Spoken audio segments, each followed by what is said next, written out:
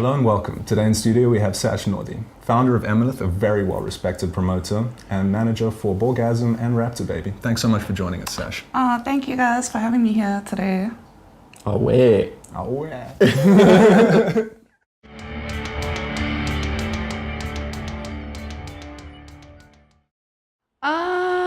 Since 2009, so that's about 5 years now. It all started on the kitchen floor of my best friend's house after a gig, just talking about how gigs were run in the metal community, and I had a whole bunch of ideas and he really encouraged me to, so started a Facebook page, started organizing a gig, and it just took off from there.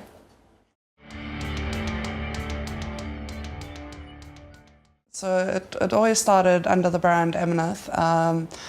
And we started with gigs at first, just organizing shows that were really well organized, really professional. And then I started working with bands more personally, getting into the management. We started doing a lot of alternative photography. I knew a bunch of models, knew a bunch of photographers, so got them together, put some photo shoots. Seemed to work well.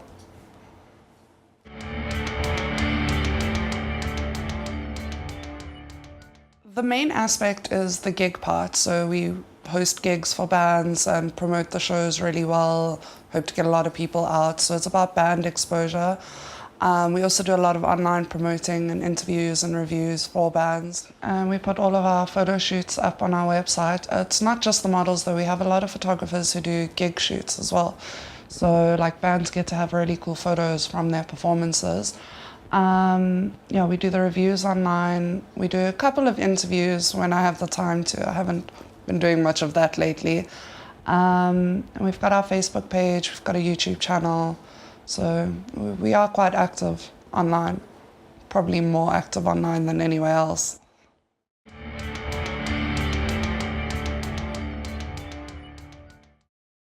I started managing bands about 3.5 years ago. It started out with one of my friend's boyfriend's bands. I was just always at their gigs. We'd go and watch them all the time, and they weren't really good when it came to their gigs. Like they never sent through their guest lists or did their promotion, and it was quite annoying for the rest of us. We never knew when they were playing. We'd found out last minute.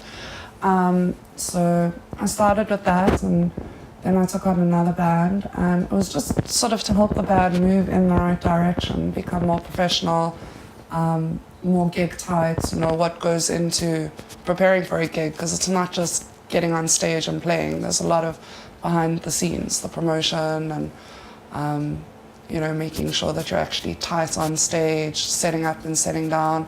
So I thought that it would help bands be better.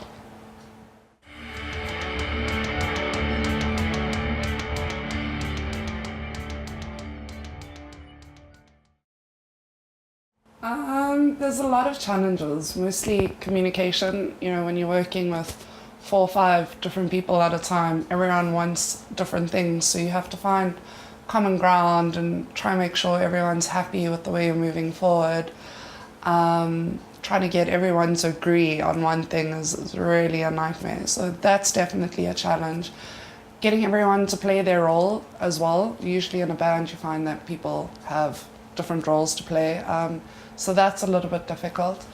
I suppose the advantage is that for a band specifically is you've got someone taking care of the dredge work, mailing through your guest lists, doing your online promotion for you, creating your events, making sure that everything works, everything is in order, booking your venues, booking your gigs. So for a band it's really good because you don't have to do all that legwork yourself. You can focus on making your music and playing your shows really well. All of the admin and behind the scenes, someone else is taking care of it. So that's an advantage.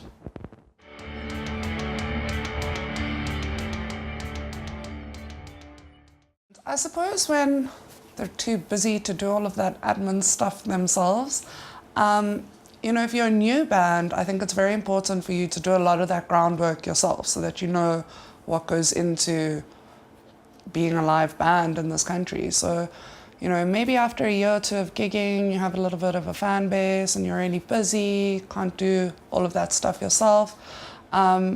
I personally think that bands shouldn't have managers. I know that's quite ironic, because it's important to be in touch with what you're doing. Unfortunately, you often get really, really good bands who just have no idea, and I suppose that's where I come in.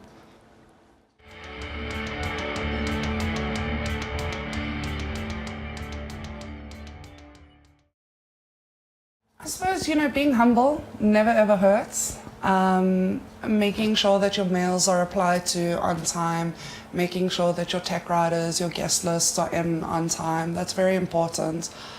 Communication, so if you communicate well and you're always on top of things, then people appreciate that. No one wants to wait around for 3 weeks for a band to confirm a gig, so the sooner you do things, the better. Obviously, arriving on time, setting up quickly, setting down quickly, thanking people for the show, be it the organizer or the sound engineer or the venue. I think those are really small things that people overlook, but make the world of a difference when someone wants to book you again.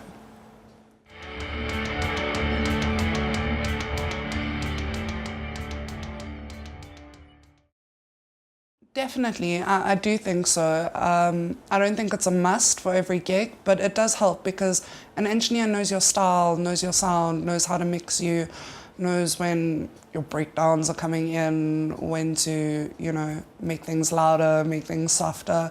So I think it's important if you want a really good live sound, having your own sound engineer is quite an important thing. Also makes you look better than everyone else, so.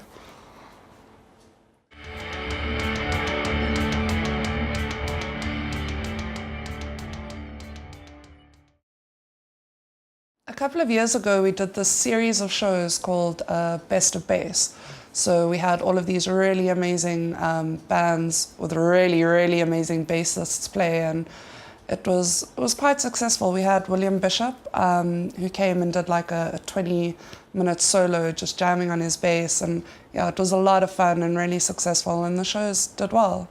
I think people appreciate bassists.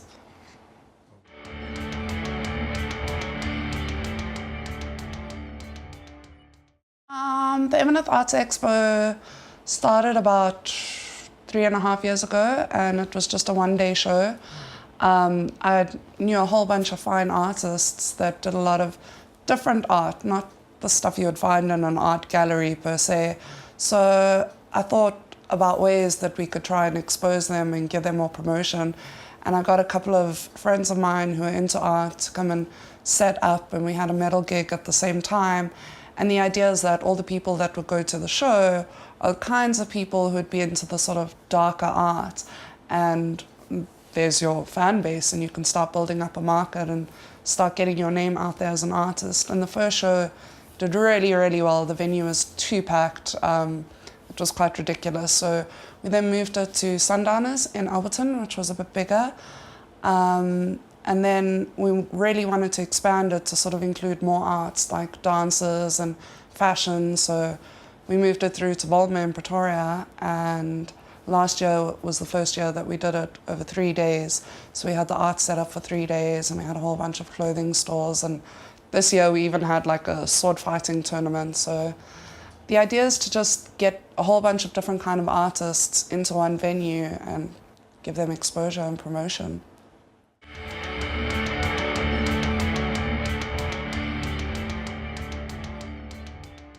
A lot of patience, a lot of organization. You have to be on top of things.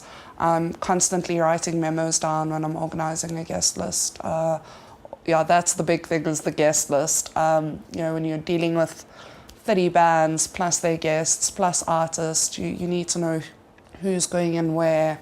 You need to know the layout of the venue, where you're going to put people. So it is quite a lot of organization and a lot of communication as well. Often I struggle to find artists, enough artists and people who are there on time and have enough pieces. So it is a little bit of a struggle, but it's a lot of fun when it's actually happening.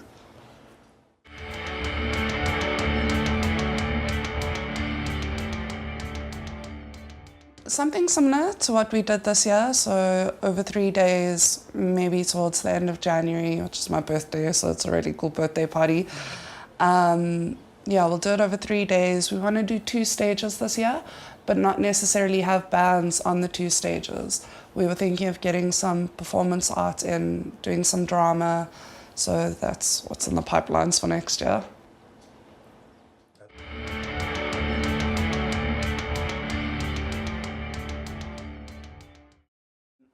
About 160 people that paid. So it wasn't that much in terms of revenue, but we did have 20 bands that had, 5 guests each, plus your artists and their guests and stalls and sword fighters.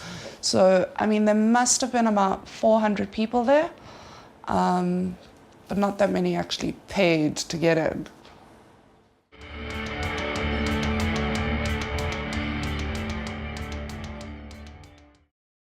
Oh, there's a lot of bands. Would I be biased if I had to say Raptorbaby? I love that band. I think that they're amazing. They've got such talent, such amazing stage performance. Who else?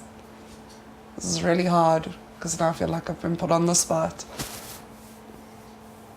Oh, there's so many bands from so many different genres. Specifically in Joburg and Pretoria, there's a band called Red Helen that, I watched them about 6 years ago. They were really, really young.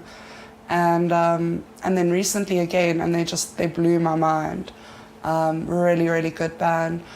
There's bands like The Drift that are doing really well when it comes to promotion and booking shows and getting out there, so that's great. My pigs, I love Boargazm. Again, maybe I'm being biased, but I think that they're super original and they're doing super good things. I like my heavier bands, so bands like Bleeding Spawn, who are, they have such an energetic stage performance. They're so heavy on stage, so I quite enjoy them as well. Yeah.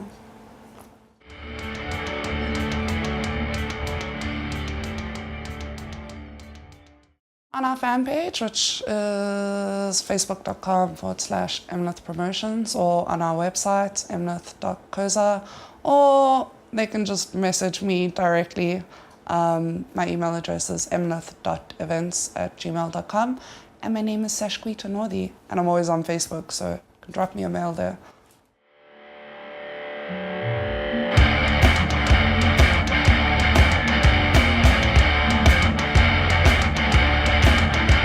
So there it is, one of the queens of the underground has indulged us with some really useful information. Thanks again to Sash for joining us and to all for tuning in. In the meantime, keep supporting the vast well of talent SA Music has to offer. See you next time.